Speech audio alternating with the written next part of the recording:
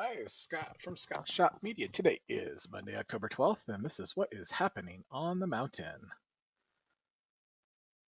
Four Caltrans projects going to be affecting your traffic today and overnight tonight. We'll go over into greater details what those are, but you will need to slow for the cone zone as you have some pilot cars in certain areas directing your traffic, especially across the rim.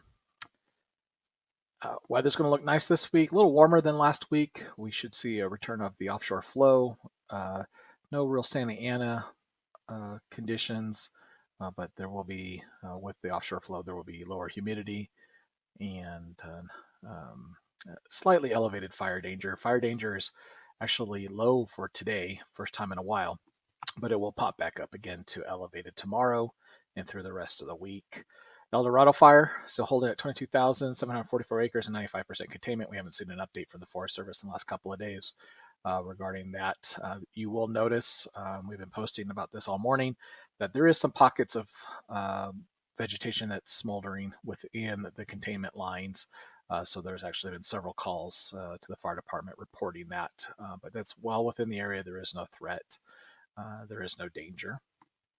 10 crimes were reported across the mountain over the weekend.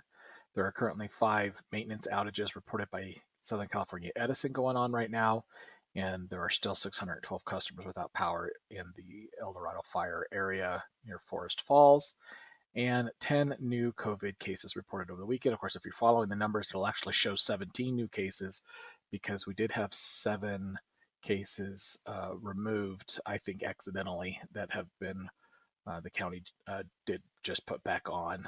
So we'll report 17 new, but that's just a net of 10, if that makes sense. So that's what I got for you today. If you would like more details or hear more discussion on these topics, stick around, starting with traffic updates. There are 4 Caltrans projects going on today, 3 of them right now, one of them overnight tonight. Probably the biggest one is across the rim here on State Route 18 between the dump and Running Springs. You'll have pilot car escort as Caltrans crews does some maintenance operation that's expected to last until about 3 o'clock today. Over in the Big Bear area on State Route 18 between Lark and Skyline, Caltrans has you down to 1 lane until about 3 o'clock as they do some utility work. Over here on State Route 38 between Old Mill and Jenks Lake, you are down to 1 lane until about 5 o'clock tonight for emergency work associated with the Eldorado Fire. And overnight tonight, you'll have, there's work going on the 210, which will affect the transitions to the 330, either upbound or downbound. It changes frequently, so just pay attention to the detour signs and, of course, slow for the cone zone.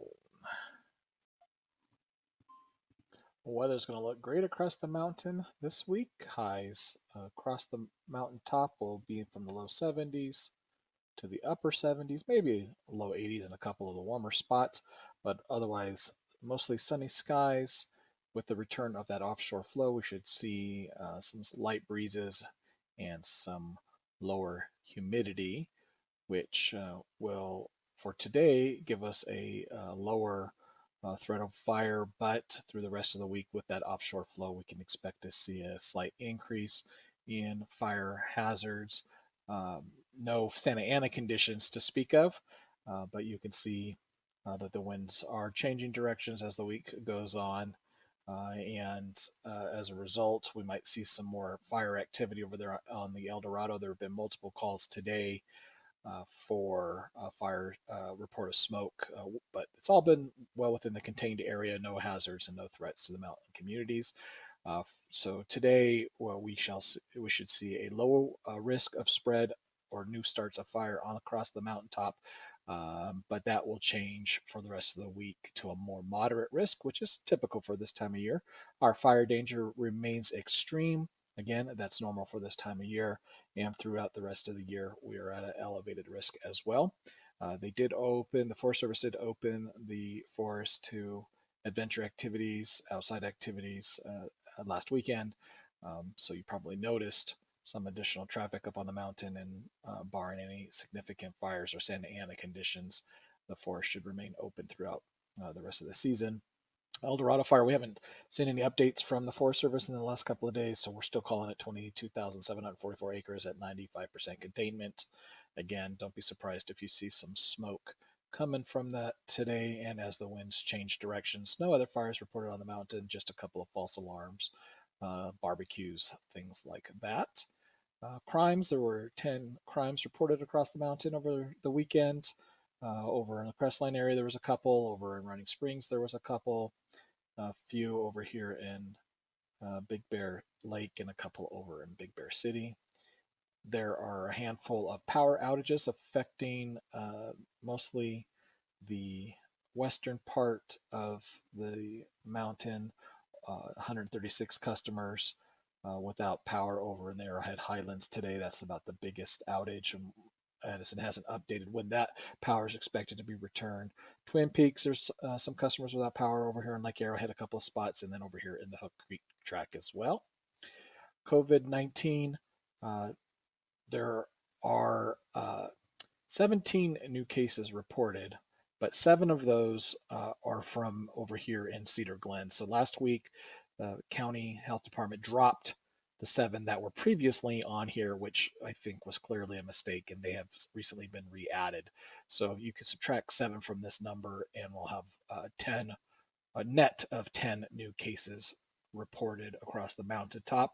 Angeles Oaks, you still have 3. Big Bear City, 54. 1 new case in Big Bear Lake, bringing the total to 60. Blue Jay still has 12. Those 7 are returning to Cedar Glen.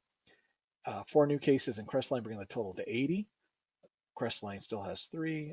I'm sorry, Fawnskin still has 3. Forest Falls 7.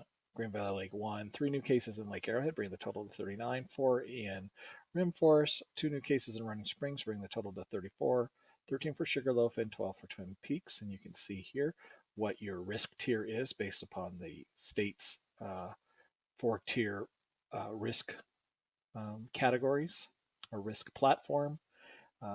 Bear Valley, overall, you're at a moderate risk still. Rim communities, overall, at a moderate risk as well.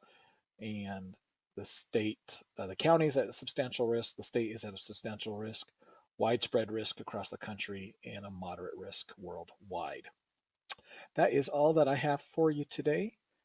Please feel free to email me or text message me, or follow along on any of our social media platforms. You have a great day.